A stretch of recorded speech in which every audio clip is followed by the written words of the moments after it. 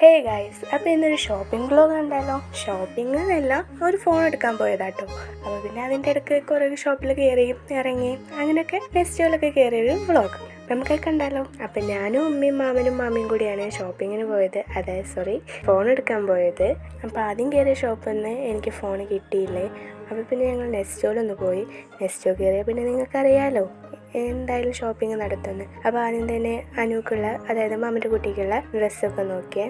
പിന്നെ അവിടെ എനിക്ക് കുറച്ച് ടീഷർട്ടൊക്കെ നോക്കിയേ, പക്ഷേ എനിക്കെന്താണ് പറ്റിയില്ല. പിന്നെ താഴെ പോയി നമ്മൾ മെയിൻ സ്ഥലത്തേക്ക് ഡയറി മിൽക്കും കിറ്റ്കാറ്റും അതൊക്കെയുള്ള, നമുക്ക് പിന്നെ അതൊക്കെയാണല്ലോ വലുത്.